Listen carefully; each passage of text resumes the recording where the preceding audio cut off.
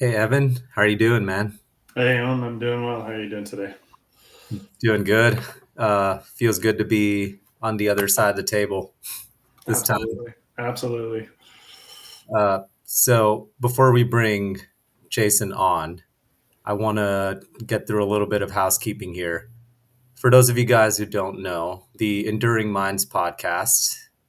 First off, welcome to the Enduring Minds podcast. We explore the intersection between mental health and endurance sports here. It's a men's mental health podcast. And we want to break the stigma associated with speaking up and out with the show. This show is part of the Everyday Athlete Podcast Network, brought to you by Run Try Bike. We're the premier voice of the everyday athlete.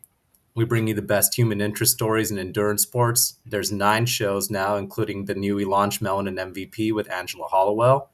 There's endless inspiration, and we tell inspiring stories about a lot of shit, including red velvet cake. So just wanted to get that housekeeping out of the way. Let everybody know that there is a podcast episode coming out for What's in Your Earbuds this Friday. And yeah, I think that's everything I have on my housekeeping notes. So I don't want to go too deep into this. I'm really excited to bring Jason onto the show. And without further ado, let's bring Jason up front. Jason, how are you doing? Nervous. No lie. Straight up nervous about Man, this. show me your palms. Show me your palms. Yeah. They're Yeah. sweaty. You Yeah, can tell. I can see that. Yeah. Yeah. Knees are weak too. I have my fidget spinner in the form of a pen in my hand as well. So Well, we're really excited to be on the other side of this conversation, and also to obviously Evan and I have different dynamics with you. I work with you every single day. You're a friend, you're my business partner.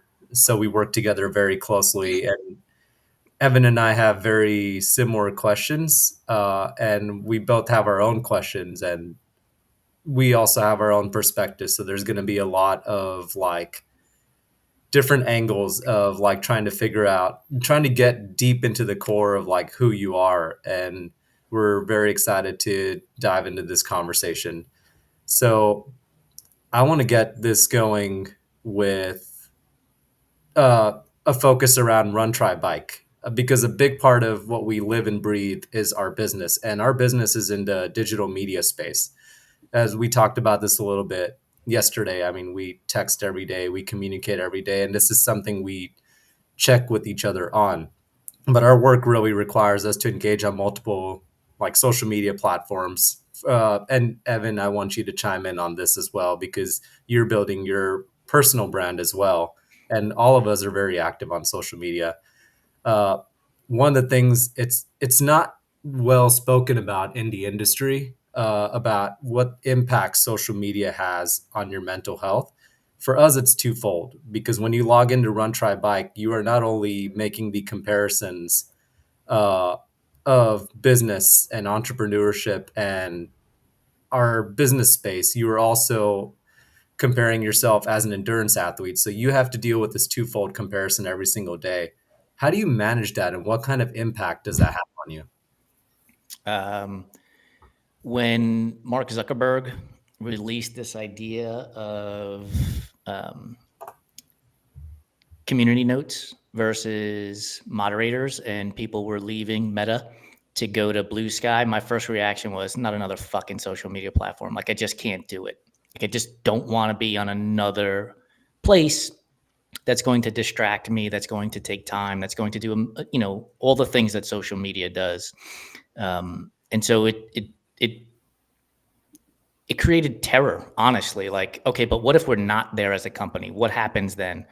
And eventually I did create a Blue Sky account for us as well. And I've limited that interaction there to one, maybe twice a day at most, and for short, brief amounts of time, because every time we open up that any platform, honestly, my imposter syndrome goes through the roof. We're not doing enough. We're not talking enough. We're not sharing enough. Look at what this other company is doing. Look at what this other athlete is doing. Look at what this other person is doing. And it creates this immediate comparison game for me that there are moments where I have to literally just put it all down and put it away and just walk away from it and pick up a book, go for a walk, because my imposter syndrome goes sky high. I have it already to begin with. And then the digital media landscape, hammers away at that mind game for me in not good ways oftentimes. And you've experienced it. You'll get a series of texts from me like, we need to do more of this. We need to do more of this. We need to do more of this. We need to do more of this. And that's not really healthy. And that's really not sticking to the idea of the vision and mission of the company, because now we're darting off into all these other different areas. And so it's hard, man. Like, it's really hard. I've gotten to the point with some of these platforms like LinkedIn.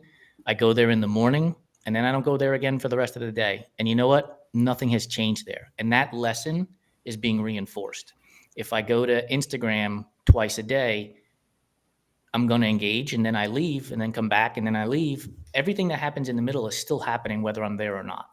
So let it happen and move on from it when I'm not there. So yeah, dude, it's hard. It's really hard. And I've said this before, if it wasn't for the company, I probably wouldn't have half the platforms that we're on. Yeah, it's just like, and it's, thinking about like the entire reason that we even started working together and I'm a part of this business is because you were starting to get that burnout from social media. You turned it over to me. We both experienced it, being in this space. And I'm glad you mentioned LinkedIn, because I know that that was a big part of the conversation, because you go on the Instagram space and you were dealing with the comparison to endurance sports in that space. You go to LinkedIn, you are now dealing with comparing yourself to other entrepreneurs and thinking that everybody else has their shit made and dealing with that imposter syndrome. So thank you so much for sharing that. Evan, I'm going to turn it over to you. Yeah, I just want to touch. You said imposter syndrome. I think I checked it down about 4 or 5 times. So I feel it as well too in a lot of areas. And I've been told that if you're not feeling imposter syndrome every 6 months, then you're doing something wrong. 6 months. Because you're meant to be feeling it, because that means you're challenging yourself in ways that are putting you outside of your comfort zone. So just to add that piece in. Before I get to my question, so I know you've told me, Jason, that me telling my story, me sharing my story along with Ohm and all these other athletes that have written in stories to Run, Try, Bike has really made you stop and think about what your story is and how you want to share it.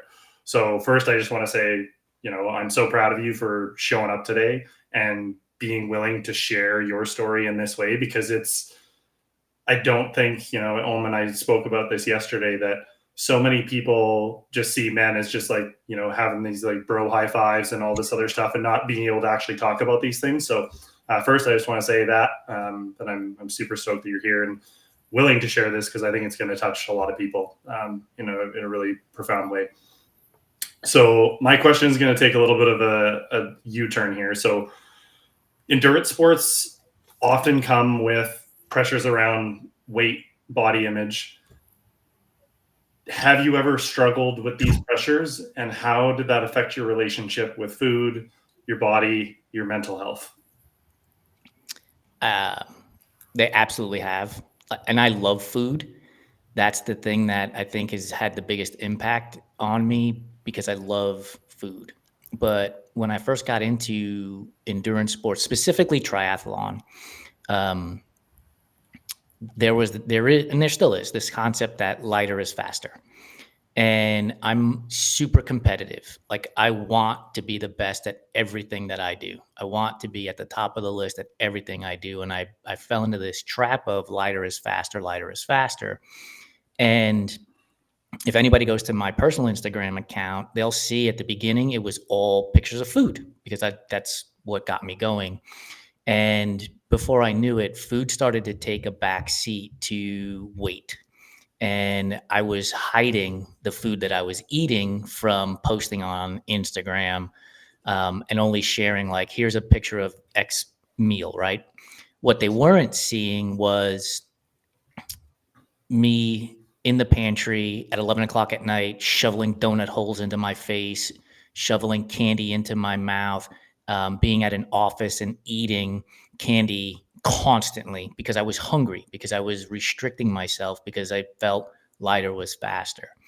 Um, Talking to Lori about 3 or 4 years ago, it hit me like a 2x4 to the face that I had disordered eating. Like I didn't realize it. And once that came about, it was easier for me to not hide myself from eating. So today I won't hide in the pantry eating, a donut. I will eat a donut. As a matter of fact, I'm actually posting pictures of me eating donuts now. And that's a way for me to combat this idea of hiding behind this fitter is equivalent to faster type of thing, or faster is equivalent to being fitter in a way and lighter and less weight. And so it's still a struggle. There are still days where I think to myself, why not just have a protein smoothie? And I'll convince myself that, well, there's protein and carbs in there, and that's what I need as an athlete. So I'm good there. Reality is that's like 150 calories, and I probably need to be eating, 5 to 600, and I need to eat something else and go down that path. And so my relationship with food was I struggled with it, and it's better today, but it's not perfect by any means. But it's getting better, and I think that for me is the success is taking that next step in getting better. Thank you so much for sharing that. And thank you so much for, as somebody who's also struggled with eating disorder, thank you so much for your vulnerability with that every single day. I don't think people realize that when you were posting these videos of you dancing with the vegan hot dog and like marching after smashing a bite of baguette, and like the donut video, like people see the 10-15 second video. They don't see what is behind that.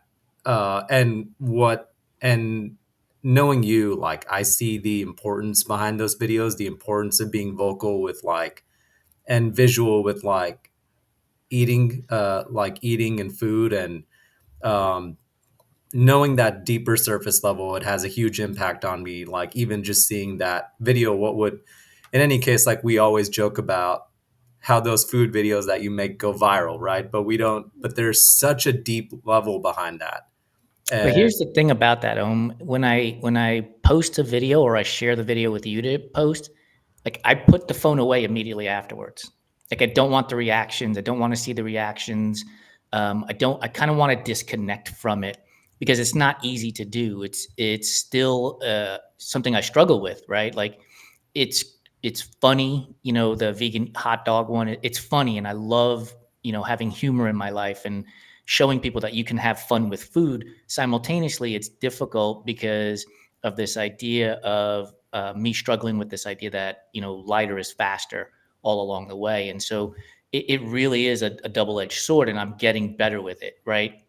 So we start with the donut video or the donut picture, and then we move to the vegan hot dog video, which led to the baguette video. Which like so again, it's that progress. But initially, it was like, can I really post this? Can I put this out there to drum up laughter and fun and humor from an audience while simultaneously struggling with on the inside, right? Like that's the hard part that I have to deal with. so I want to dig into, before I turn this over to Evan, I want to dig into that a bit deeper because the videos are just one component. We have we built an entire series called Food Fight Friday around food. We took it a step further and built Food Fight Friday at the aid station, one of our other shows. Not to mention a big backbone of our fireside chat is the rapid fire food section. So you mentioned kind of this internal conflict, almost like the two wolves or whatever. And I want you to dive a bit into like talk a bit more about like those struggles and like on the surface level, again, like it goes back to everybody seeing like the fun with food and everything, and you are having fun with it, but also tell me a bit more about the other side of it, like struggling with the lighter is faster. while you're putting out this content that is entertaining our community and our community loves? Do you feel, and to add on to that, do you feel pressure in any way to continue to do that while struggling with this side internally? Those are a lot of loaded questions. Um, You're welcome. yeah, thank you. Now I know what it feels like to be on the other side. So let me say this: the Food Fight Friday at the aid station and the rapid food questions that we do at the end of our fireside chats are progress for me, because it helps take off this idea of restriction, right? It takes off this idea that, oh, I can't eat the Oreo. If I can talk about eating the Oreo and my favorite flavor of Oreo, that removes some of that stigma for me in terms of restricting myself. The thing about eating today versus let's even go 10 years ago for me, I think it comes down to the sport. The sport of triathlon in and of itself is what triggered this disordered eating and being lighter is faster concept. Because when we measure our power output on our bikes, we're measuring it in watts per kilogram. So we're literally taking how much effort we're putting out, energy we're putting out, and measuring it against our weight and coming up with a number. And this idea, if you're at 2.5 watts per kilogram or 2.6 or 2.7, whatever the number is, if you can maintain your energy output and lower your weight, your watts per kilogram goes up, right? And so now I'm thinking about this idea of restricting myself and still being able to perform. And the reality is I was performing. Like I managed to race Ironman Chattanooga and do the bike and finish 112 miles of cycling in 20 miles per hour average, right? Like that's moving on a bike really fast. So that component reinforces it.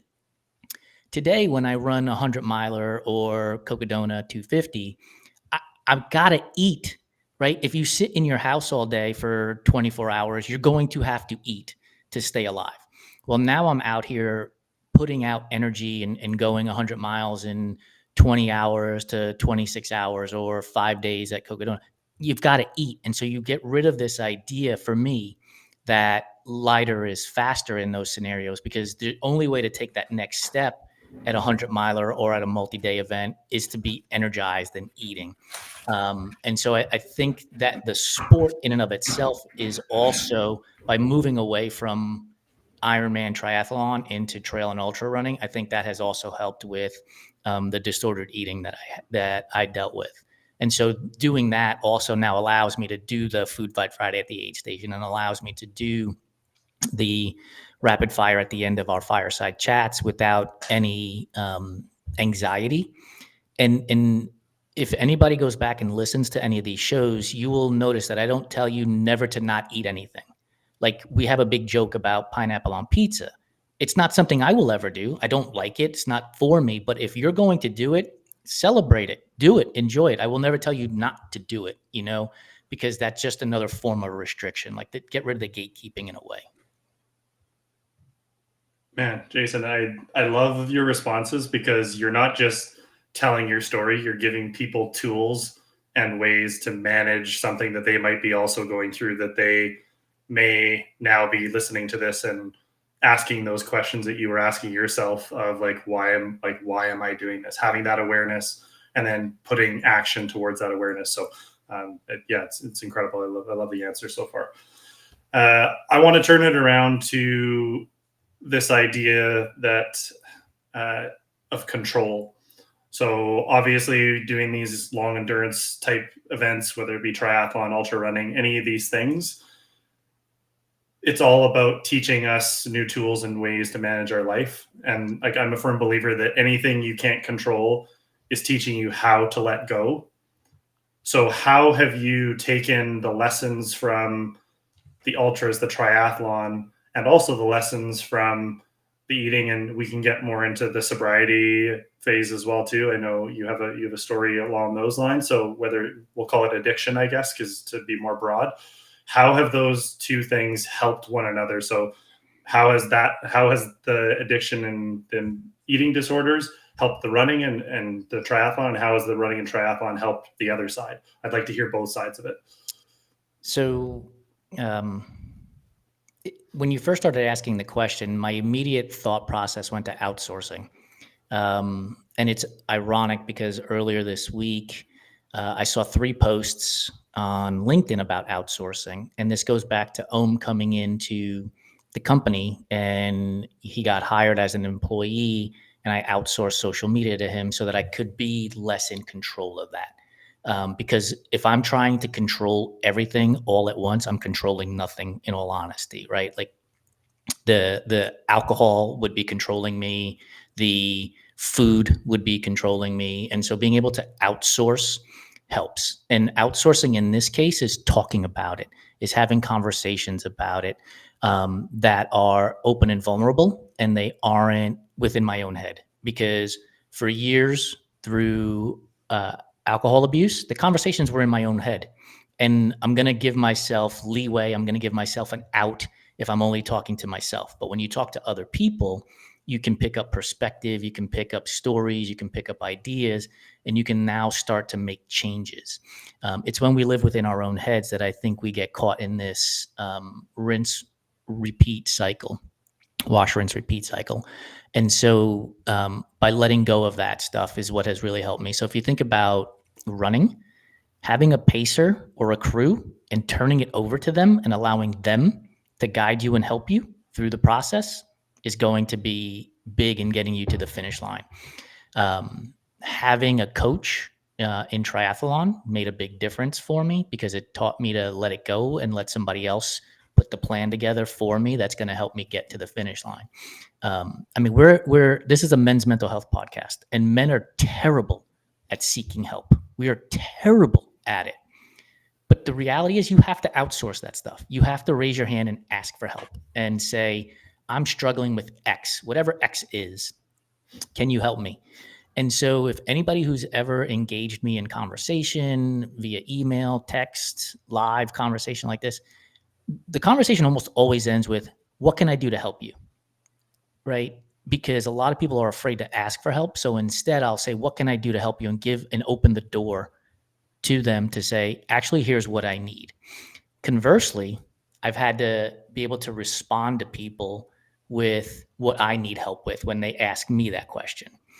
And it's interesting because it's become more of a control thing too. So now when people ask me, what can I help you with in a business setting, for argument's sake, I tell them, here's 2 things we always ask for. And that's the control, right? Maybe there's a third, a fourth, or a fifth thing that I need to put into that help request as well. But right now I've got only those 2 things because that's what I can control. And so now I need to move and grow. And this conversation will help me now ask for the third, fourth, or fifth thing that's on my list that I need help with. Yeah, and it's sounding like, again, like everything is just meshed together, whether it be the business, the personal goals and things you have with the running and triathlon, all of the addiction, the eating disorders. It seems like it's all connected. And I heard this entrepreneur who said that, you mentioned about offloading things, that it's better to have somebody do it at 80% of what you thought you could have done at 100%, if it frees you up for that extra time that you now have available for yourself. Like, the idea is, if you're not replacing yourself every 6 months, then you have something else to be doing. So yeah. I've said this a couple of times this week already, and it's sort of a mantra for me to live by, which is I would much rather be bank account stable and time wealthy than to be bank account wealthy and time poor.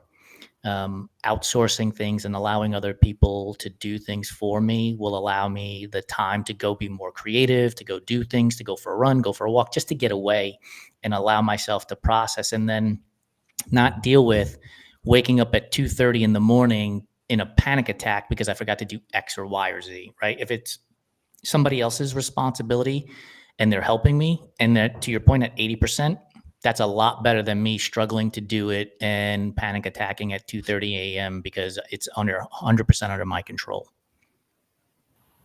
Yeah, I think one of the things that I have definitely struggled with is saying the words, I need help.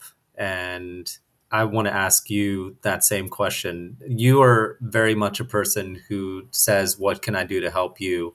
Was it a journey for you to get to a place uh, to be able to ask for that help in return? It's still on the journey, dude. I saw a post last week or maybe earlier this week, and I think we've all seen it where it's always, something along the lines of check on your friends who are always helping you or something to that effect, right? And it hit me like a ton of bricks because while we've been dealing with the wildfires here in LA, I have gotten a number of people checking in on us and seeing how we're doing and whether or not they can help us. And that was moving, like to the point of tears,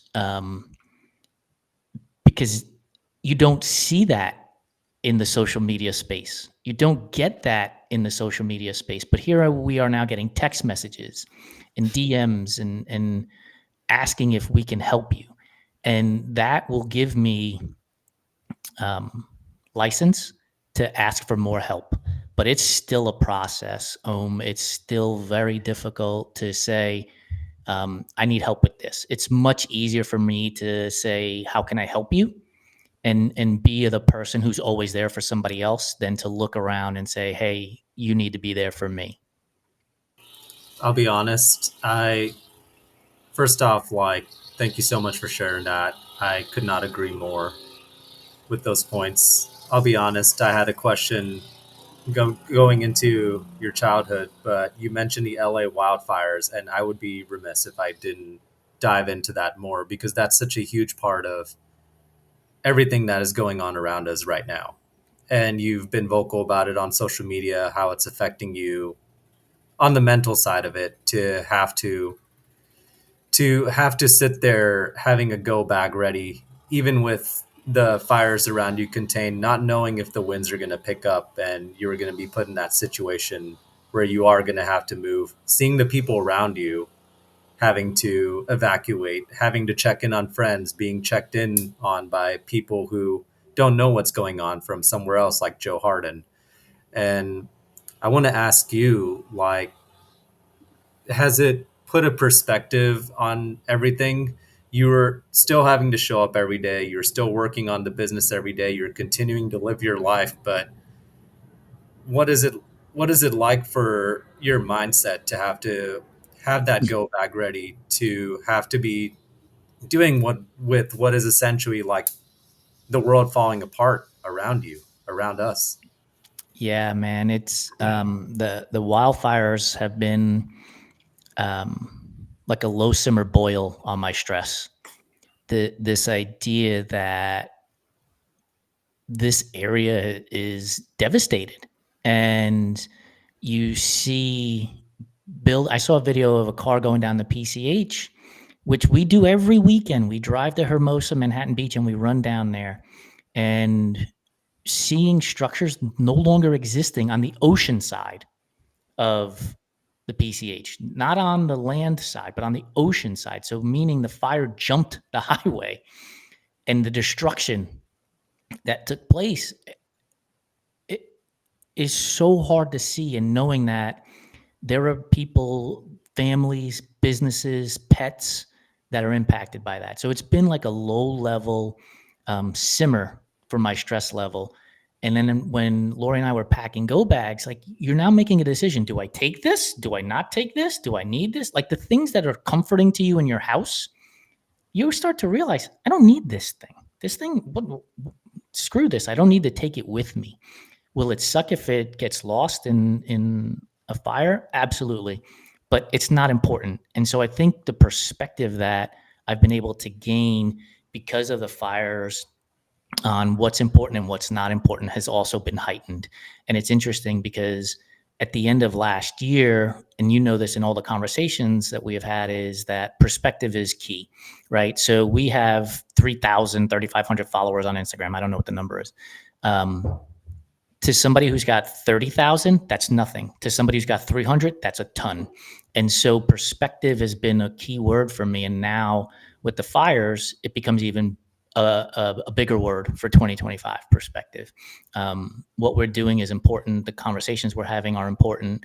But there are other things, relationships, that are more important to me. And so I think, the fires have brought about a big perspective check. in the last week or so. I appreciate you going into detail about, and I don't think there's a better description for it than a simmering stress that's adding to the stress that you already have on the day to day of running this business and all the other stresses you're dealing with. And I think that reframing that into perspective of what we truly need, how relationships matter the most, is probably, at least in my take, the best way you can make the best of what is a terrible situation around us. And so I appreciate you sharing that perspective, I should say. Yeah, absolutely. I think one of the things that gets lost when people see that we're business owners is that we don't um, feel stress about work or anything like that. And the reality is it's constantly stressful. I have a responsibility to you. I have a responsibility to Lori as shareholders in the company. I have a responsibility to every one of our marketing partners to deliver for them. I have a responsibility to our audience to present to them the best human interest stories in their endurance sports. I have responsibilities to our web designer and our graphic designer. I have responsibilities to our writers. Like that just keeps growing and growing and growing and growing and growing the number of responsibilities. I think one of the things that's a false equivalence is people think that you start a business and you're Amazon and you don't have to worry about anything. And the reality is, no, the vast majority of us are not Amazon. We are small. Some of us are micro businesses, but there are small to medium businesses out there that are not Amazon or Meta for that matter. And we need your support. And getting their support in the form of a share, of a like, of a comment, helps us to reduce that stress. It'll never go away, but it's certainly there. And then you add wildfires on top of it. Then you add imposter syndrome on top of it. Then you add, disordered eating or performance anxiety and stress when it comes to endurance sports, right? Like you're just constantly in there. So you have to find an outlet to, like a pressure cooker. You hit the button and the steam releases. You have to find an outlet to let that stress out. Yeah, I love that, Jason. You mentioned time a few of your answers with regards to buying back more time or getting more time, whether it be business or when you're out on these ultra endurance events, it's time on feet. It's time, like time is a time is a construct, but it's also humans' perception of time is really measured in like pain, boredom, or irritation. So the more pain you're in, the longer it's going to feel like you're in it for it. So in saying that, how have you found your journey from addiction, disordered eating, and really turned that pain into purpose through your business, through reaching out to other individuals, and through your really athletic endeavors? How would you say you've turned that into a superpower now? One word comes to mind as you're asking the question. It's empathy. And I think this is the perfect place to have this conversation, is on a men's mental health podcast. You're not a man because you grunt or because you're tough or you're hard or like that's not the definition of man, right? To me, if you can have empathy and you can hear and listen to what somebody else is saying, which means you have to be present. So pardon me in the way I'm going to phrase this, but put your fucking phone down when I'm talking to you. Put your fucking phone down when we're having a conversation. Stop scrolling, because what you're telling me in that moment is I'm not important, which then means I'm going to stop listening to you. So put your phone down, spare the 2, 3, 4, 5 minutes that we're going to share together, and let's have a conversation and engage each other so I can hear you, I can be empathetic to you, I can help you, and return that back to me. And I think when we can get to that place in society, I think we'll all be happier. And it's not because, I hacked my way to this body, or I hacked my way to speed, or I hacked my way to whatever it is people are hacking their way to. And so to now tie it into running, like, it's funny. Again, I go back to this comparison of triathlon and ultra running. When I was on my bike and I'm screaming past somebody who's got a flat tire at 23 miles an hour, help sounds like this. How can I help you? Because I'm now half a mile down the road before they can even answer the question, right? Whereas in ultra and trail running, there are moments of hiking, walking, standing at an aid station, and you're literally asking somebody else, "Can I help you? What can I give you? What can I take out of my hydration pack?" And I think the reality is, in ultra and trail running, we are slowed down, and when we slow down, we can go faster together. Whereas if you use my triathlon example, if I'm half a mile down the road and that person is still trying to change a flat tire behind me, they're going nowhere, right? I'm on my own. I'm way ahead of the pack. And so I think if we can be empathetic and slow down in life, I think we can then value our time, because then we can see what it's worth, because we're doing it with people and we're paying attention and we're present with them all at the same time. Yeah, there's so few places left in this world like an ultra or these events where you can put yourself into that place, and you have no choice but to be present in that space. We're really a generation of more worried about how our life looks than how it feels. And that's why, like I've said before, like we're in an epidemic of not knowing how to feel, because we have all these devices and these things that are interrupting our thought patterns and all these other pieces. So yeah, thanks for sharing that, Jason. Empathy. I think it's a good reminder for everybody to just stop every now and then, put the phone down, put it away. Yeah, I think, the phone has its place, right? So if you think of somebody, so if I think of Evan, I should text him, I should email him, I should call him in that moment, as opposed to thinking, well, he's so busy, right? Yeah, we're all busy being busy, but where we're not busy is being in connection with each other. And that's where we should be busy. I agree with that. And again, this is just the nature of this conversation and the nature of the Enduring Minds piece. But I had a question written down, and now I have another question. When we went to the running event in Austin, we were hanging out at the airport. We ended up sitting next to a man who ended up being Steven Glickman, who was ended up being a big Hollywood personality who was on Big Time Rush, and didn't know the guy from Adam. We just had a normal conversation with him, found out he had a deep human story and struggle with his own men's mental health issues, and suicidal ideation, among many things. But the fact that we sat at that table, put our phones down, and we just talked, laughed at Denim Santa, which was our connector, which Evan was an actual thing in Austin, and not the strangest thing you'll see in Austin. But like, I want you to know that like that conversation for me, like it's one thing to say go touch grass and like talk to people, and for me as an introvert to sit there and watch you and Lori just start this conversation, engage with Steven, and also be roped into the conversation, taught me a big lesson about putting my phone down and talking to the people around us. And I've heard of some of your, not to go long winded, but some of your other interactions, like the guy who was carrying, I think, mint chocolate chip ice cream in one hand Yes. at the grocery store. And like you happened to make a comment to him, and it just like, it's not always people are going to be receptive, but like you never know what you're going to find out.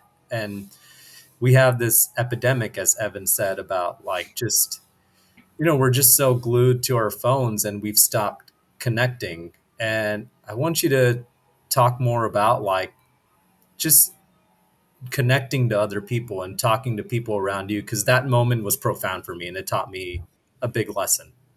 Yeah, I blessing and a curse of being an extrovert is I will talk to anybody. And the story that you referenced is I went to the grocery store. It was like 7:30, 8 o'clock at night. This guy had a pint of mint chocolate chip ice cream in one hand and a pint of coffee caramel ice cream in the other. And I just said to him, "Not all heroes wear capes." And he gave me this look like, "What are you talking about?" And I said, "Anybody who goes to the grocery store specifically for mint chocolate chip ice cream and coffee caramel ice cream is on a mission for either themselves or for somebody else. Like, you just don't go to the grocery store just for those two things. Like, he didn't walk out with other stuff." And he realized, and he laughed. And I just think that that's being, me being me, and again, the blessing and the curse of being able to just talk to anybody, anywhere. I could fill this whole show with stories of me just saying something to somebody on the street, and having a conversation with them. And it's in passing, 30, 60, 90 seconds. But I do think that what has happened is we're now walking down the street with our head down in our phones, and we're not looking up, and we're not looking at opportunities that are all around us to have a conversation, to ask somebody for help, because we're so ingrained in the latest viral TikTok video, which in the grand scheme of things makes us laugh in the moment, but doesn't last forever, right? If you think about the last time you laughed at a TikTok video versus the last time you had an impactful conversation, I can guarantee you the impactful conversation is going to last a lot longer.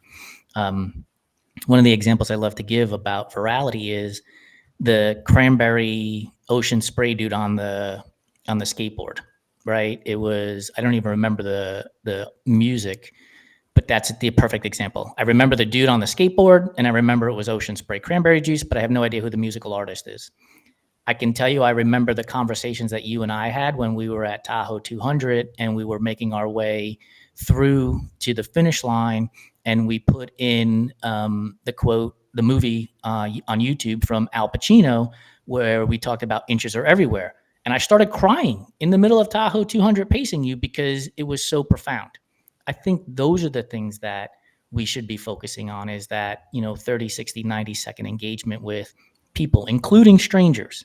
And because that's going to last a long time. Look, you referenced the story that in the grand scheme of things is minuscule in life, right? But it impacted you and you remember it.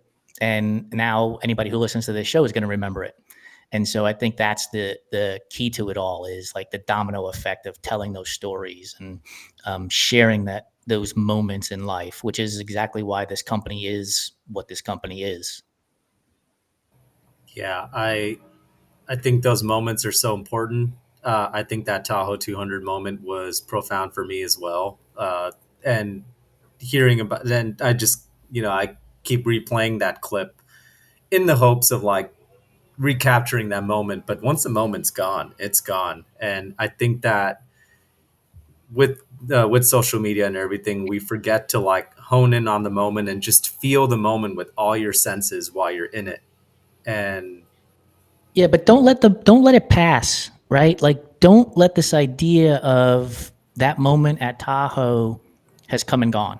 Remember that moment and then go watch the clip again, right? And reinforce it, because now you're going to have that in your mind for the next conversation that you have. I can't tell you how often this idea of inches are around us everywhere comes up in conversation with Lori and myself, with other business owners, with people in general, right? Reinforcing it is the thing to do, right? So instead of scrolling on TikTok for 3 minutes or scrolling Instagram for 3 minutes, go watch that 3 minute clip and reinforce it and be reminded of it and be inspired and motivated by it. I think if we do that versus, again, going to TikTok or Instagram or wherever for 3 minutes where you're just scrolling, that's going to make the difference. And that's what's going to be the change. All right, Jason, I know we haven't known each other for a long time, but I know you're a big thinker and you think bigger than what you should even probably think is possible, which is amazing.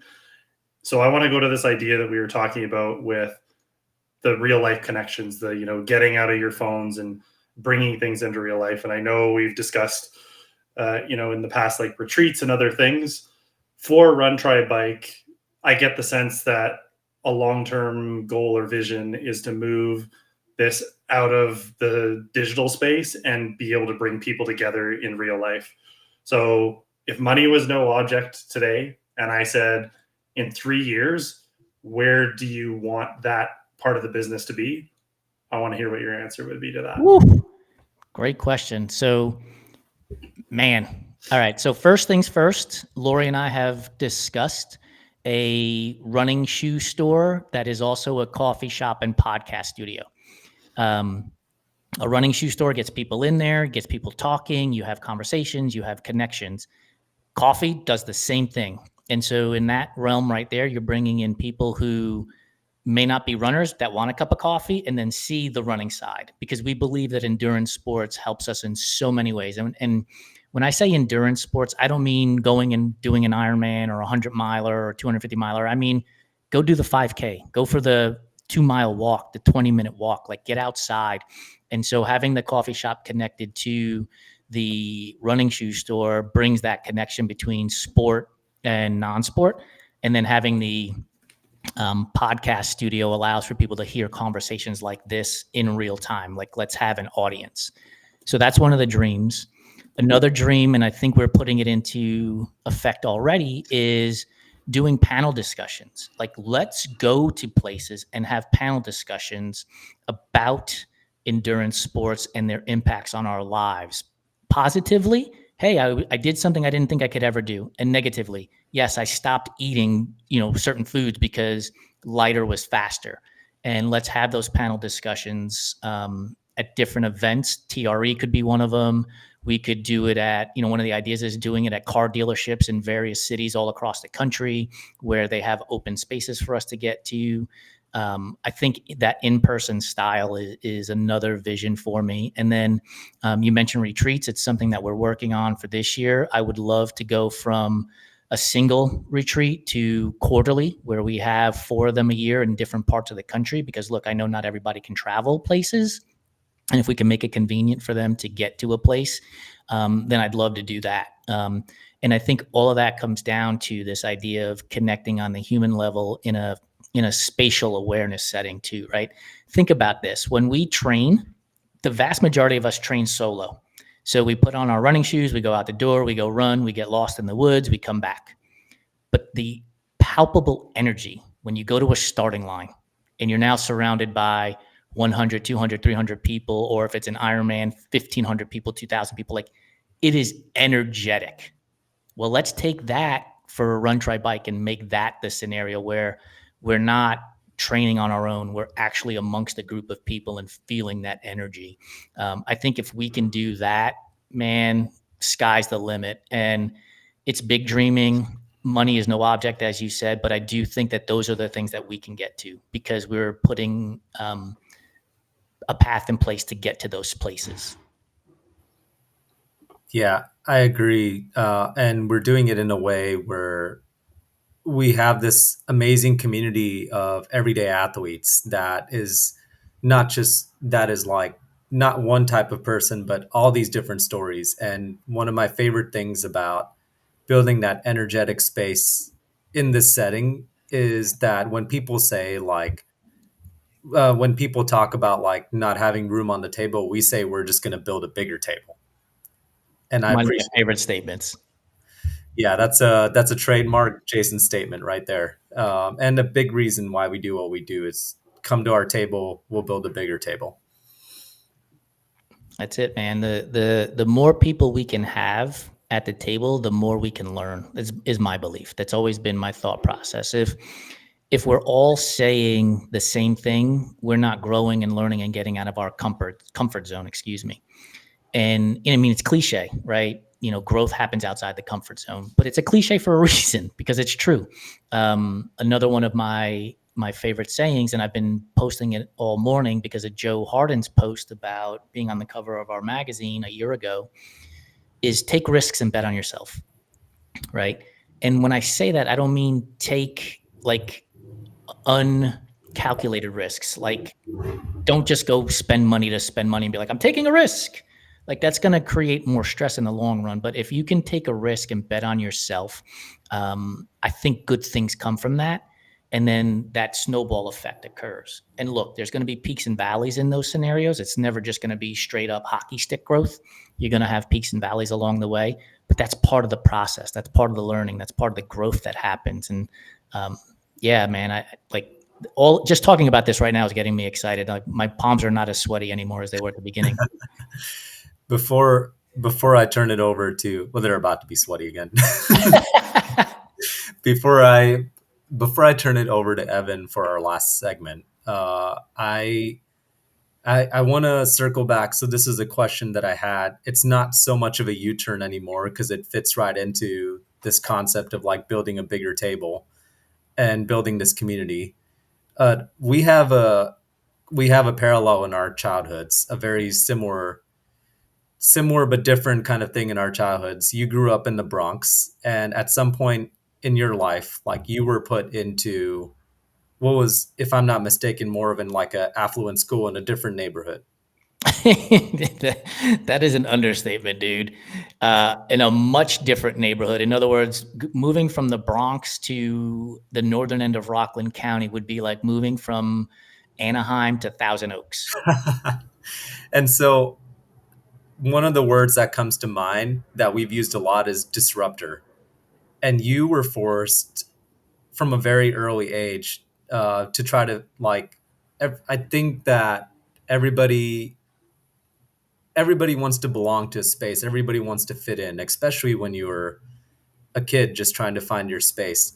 Do you so talk about like what that was like trying to fit those molds, trying to create your own mold, and do you think that that shaped do you think that that eventually shaped and paved the road to you being that disruptor? 100%. So that production value there was not planned. The ringing of the bell, by the way. It was the ringing of your mind. Yeah. Um, I'm glad we got to talk. We're getting to talk about my childhood and how it has shaped me as a person. So you mentioned I grew up in the Bronx, which I did, and I always preface that by saying I lived in Riverdale, but I lived down the hill, meaning we didn't live in the affluent part of Riverdale, which does have money. My parents moved my sister and I to Rockland County. I was about 12 years old, and I always say this. I wound up going to school with Tyler's and Kevin's and Suzanne's when I was going to school with Juan's and Jose's first. And so that change was massive. And now I'm trying to figure out, how do I fit in here? How do I fit into this neighborhood of people that doesn't look like me, doesn't eat the same food that I eat as a kid, doesn't speak Spanish the way my parents did? And imposter syndrome, I believe my imposter syndrome started there, right? I'm no longer being who I am so I could fit in with this group. I am white presenting. Like, it's not lost on me that the privilege that I have gotten in my life is because I am white presenting with a name like Jason, right? Now, people don't hear my last name, so they don't think anything of it yet. When I say Bahamundi, they just automatically think I'm Persian in some sense. So um, the imposter syndrome of fitting in continues to build. I get into college, I go hang out with more of the same. I get into my first job and I'm fitting into that crowd in that scenario. All the while thinking to myself, I'm Puerto Rican. Like, I don't speak Spanish. My parents didn't teach me Spanish. I didn't get babysat by a Hispanic person. I got babysat by a Michelle, a white woman as a kid. And I could feel myself losing who I was and removing myself from being the New York City kid from the Bronx. And so that, I believe, the imposter syndrome started then and continued to grow. And then one day I had a conversation with Lori, and she just said, be yourself. And being myself meant being that Puerto Rican kid from the Bronx, that kid who loves to sing and dance and be goofy and laugh at shit and have in-depth conversations, and just that layer of onion getting peeled back and being allowed, right? Shall I say, the freedom to be myself has changed everything for me in the last 4 years, but especially last year. And the reason why I bring up last year is I lost my mother last year, and um, we used to sit on the couch watching the Mets. And I will never forget this. I was a huge Gary Carter fan. My mother loved Keith Hernandez. And we would argue, quote unquote, argue about who was the better Met. And one day she said, yeah, well, Keith Hernandez is the better Met because he's Mexican. And I looked at her like, what the fuck does that mean? We're Puerto Rican. Like, who cares if he's Mexican? But that was her like end all be all argument. And I cannot stop laughing about it, thinking about it. And then the Mets had a great year last year. and they leaned heavily into their Latin players. Jose Iglesias, who is Cuban, puts out a #1 Latino pop hit called OMG, and his stage name is Candelita. And Edwin Diaz is walking into Citi Field with a song by Timmy Trumpets called Narcos, and it is just the craziest beat, and it's just full on Latin flavor. And that put so much pride in me that the whole idea of not being Puerto Rican and not telling people I'm Puerto Rican went away, right? One of the best Mets is Puerto Rican, Francisco Lindor, right? He's Puerto Rican, and that's a sense of pride for me. One of the best players to ever play the game is Roberto Clemente, and he's a sense of pride for the whole island for us. And so that move going from the Bronx to Rockland County had me put up a barrier of I'm not Latin and I'm not Puerto Rican. And it took me until I was basically 45, 46, 47 years old to now stand up with pride and say, no, I am Puerto Rican and I'm proud of being Puerto Rican, and remove that component. And so now it's starting to chip away at the imposter syndrome at the same time. Thank you for that question. I didn't mean to get choked up talking about my mother, but for most of us, our parents are a big part of our lives, and having lost her last year was a big loss for me, because while my mother couldn't give a shit about baseball, in all honesty, she sat on the couch and watched it with me because her son wanted to watch baseball. Like, and that was one of our big connections. Man, Jason, that share was hard, heavy, and beautiful all at the same time, man.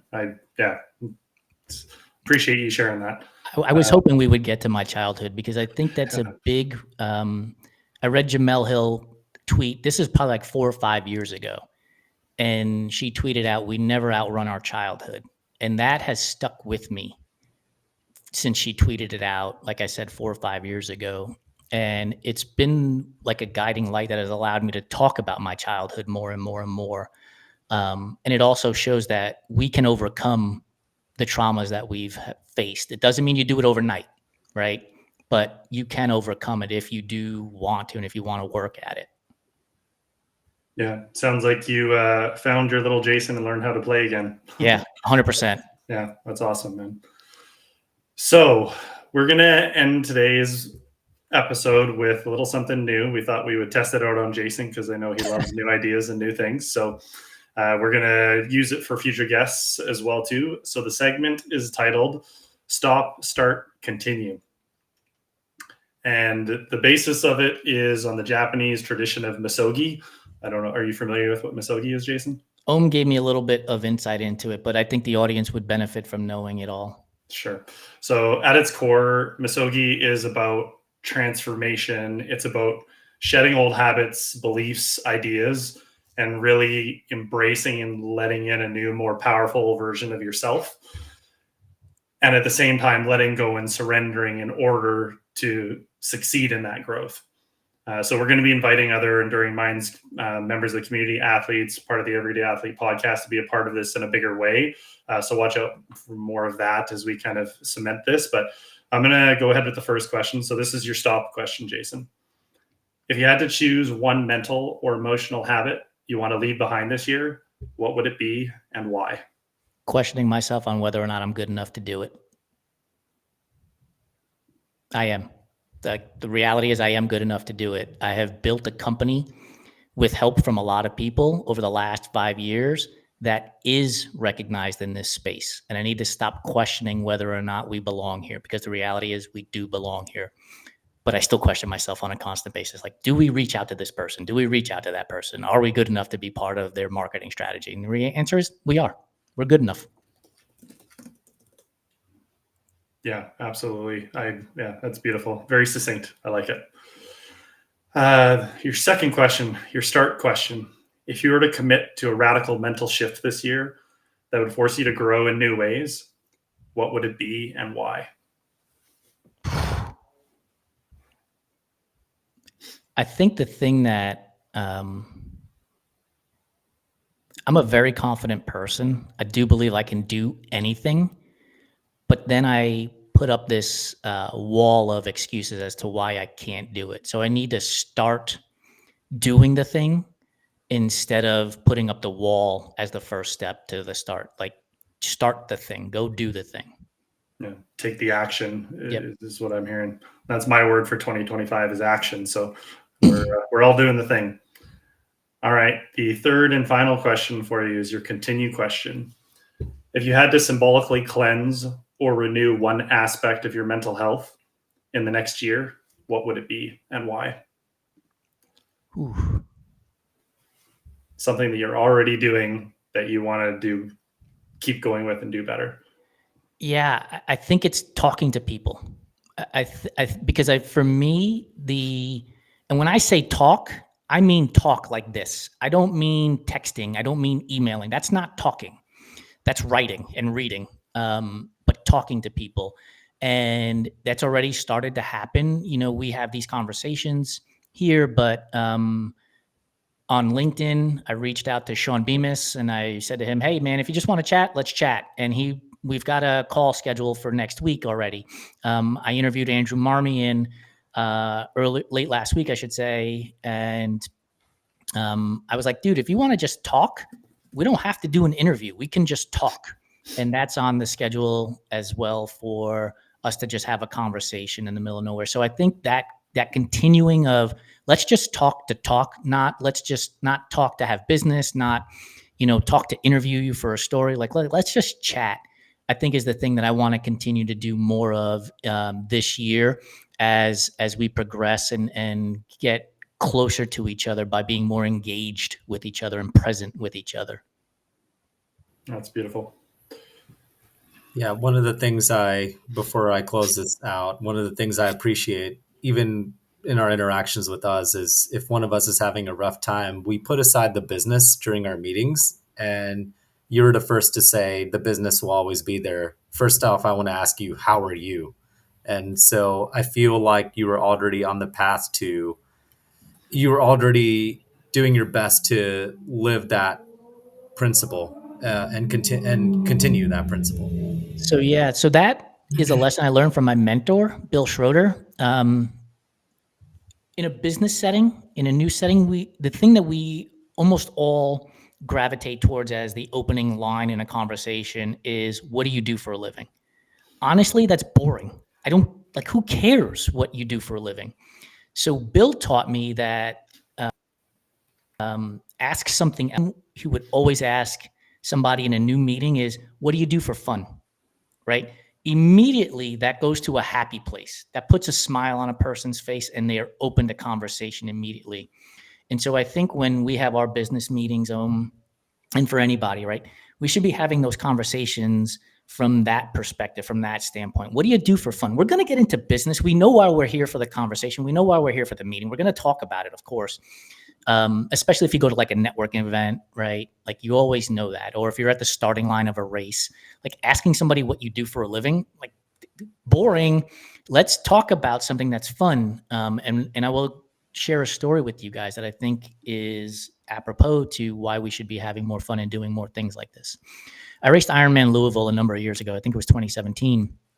And a friend of mine was at the starting line with me, and you have to do a mile walk basically before you get into the water for the swim. And this was her first Ironman, and her face was like ashen and stress filled and anxiety filled. And I was like, we got to change this because otherwise she's going to have a miserable day out here. And I just made this face of relaxation and contentment. And she's like, what are you doing? And I was like, I'm peeing in my wetsuit right now. And it is the greatest feeling ever. And she just let out the loudest laugh. And she was like, that's exactly what I needed. Now imagine if I would have said to her, well, the weather looks beautiful today. We should have a great day. Like, that's just going to add anxiety to her race. So, break it up the expected conversation with something different. Like Bill would say, what do you do for fun? I mean, it just changes the conversation immediately. So I wanted to share that as well, because Bill's been a big part of shaping the way I run this business.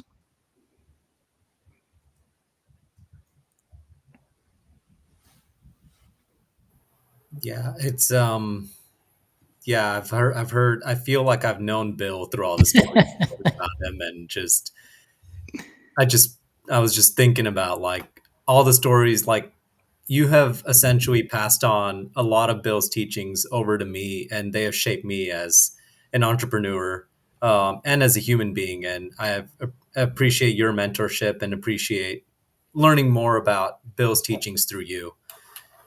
Um, and so, we could honestly, between the three of us, we could honestly do like a 10-hour show, and like we couldn't like, I don't want this conversation to end. I honestly think that we'll have to do follow-ups with the three of us as well. Uh, and I'm excited to see what comes with the Enduring Minds movement. So I want to thank you for your vulnerability, Jason, and being on the other side of the table. And I want to thank our audience for joining us on episode 3 of the Enduring Minds podcast, proud part of the Everyday Athlete Podcast Network, one of 9 amazing shows. Now, all 3 of us have been on the other side of the table. You can watch episode 1 with Evan and episode 2 with me. And on Saturday, you'll be able to watch episode 3 with Jason as well, everywhere you find your podcast under the Everyday Athlete Podcast Network. So I'm excited for what's to come. On the next episode, episode 4, we're going to bring on our first guest. So stay tuned for who that is. And you'll find out more details soon about the Misogi Challenge as well. Let's go the distance and break the silence together. Thanks, guys.